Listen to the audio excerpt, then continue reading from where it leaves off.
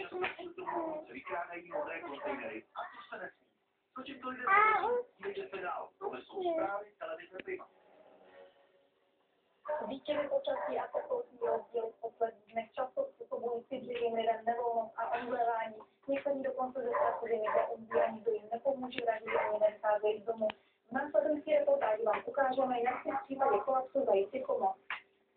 Zkusili jsme malý experiment a vyslali našeho figuranta, aby na ulici zdánlivě umřel. Celkem 5krát dopadl na zem a čekal, co se bude dít. Jen v jednom případě se lidem mladíka vželelo a zvedlo od 4krát čekal na pomoc marně. Doslova nepříjemně něco překvapilo, že čekal,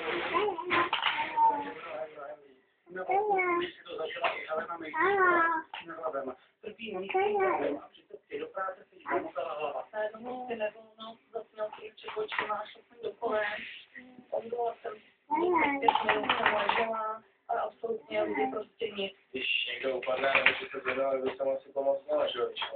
Nebo asi někoho zavolat. Proč si nikdo nevšímají, že? Je to ryba. Spíš se chválně dívají jinam. Vypadá to, že jsou lidé k sobě lhostejní. Je několik psychologů, všem čekají za pomoc lidí kolem sebe, aby vás nechali bez povšimnutí ležet. Pokud je vám nevolno a podlamují se vám kolena, oslovte prvního člověka, na kterého narazíte. Stačí ho jen upozornit na vaši nevolnost. Bude to právě on, kdo vám nakonec zavolá třeba i sanitu a zachrání život. Výzkumy ukazují, že díky oslovením konkrétní osoby dostalo potřebnou pomoc 92% lidí. Těm, co se oslovili. Cítila bolest v zádech, byla jsem 6. nemoci, jsem potratila, byl to chlapeček. Somálské děti jsou třetina jich když se jim podaří zvládnout pravděpodobnou pomoc 50 stupňovém horku až do utečenského tábora, nebo jich umírá na vyčerpání. Pro stovky dětí, které se k nám dostanou, je asi 20 vážně ohroženo na životě. To je můj hrubý odhad. Jen hranice s Keňou překročí přes 10 000 Somálců. Další tisíce lidí míří do Etiopie. Podle OSN se v oblasti afrického rohu jsou možná nejhorší humanitární katastrofy na světě. Tábory pro uprchlíky jsou totiž už teď naprosto přeplněné. Stále ale přicházejí další lidé, kteří potřebují pomoc. Česká humanitární organizace Člověk v tísni proto vyhlašuje snímku na pomoc uprchlíkům ze Somálska. Si to, teď to všechno zvedneš po zemi, co jsi to schodila, jo? Všechno to zvedni. Pokud se humanitární situace v oblasti nezlepší, Honem, až 12 milionů lidí. pozbírej to. Největší situace všech ani Německa A zpátky to dej na stůl. bezvedání Všechny tušky. spíše závaží na typy, které museli vytáhnout. Alespoň do výšky 1 metru. Začínali se 200 kilogramy, nepřekonaným rekordem je přitom neuvěřitelných 350 kg.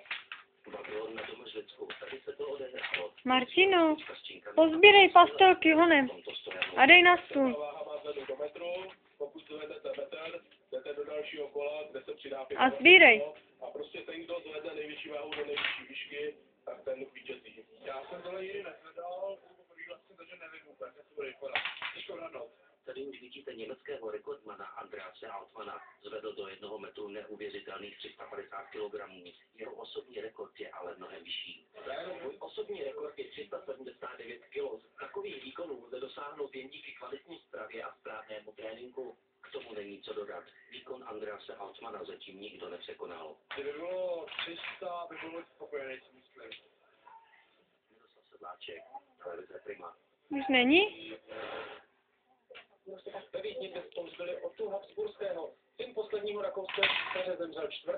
července ve věku 98 let. Najdi ten kelímek a dej to tam zpátky do kelímku. Jo? A už je zase. Pozbírej to. Teprve letos v červnu zrušil pasáž volebního zákona. Honem, sbírej. Žádný Habsburg nesměl ve volbách ucházet o funkci Dík. prezidenta. Výkupní ceny starého papíru dosáhly maxima. Sběrem papíru si tak po dlouhé době můžete Ty to. několik set korun měsíčně. Své výkupně A teď tě zbiju, počkej.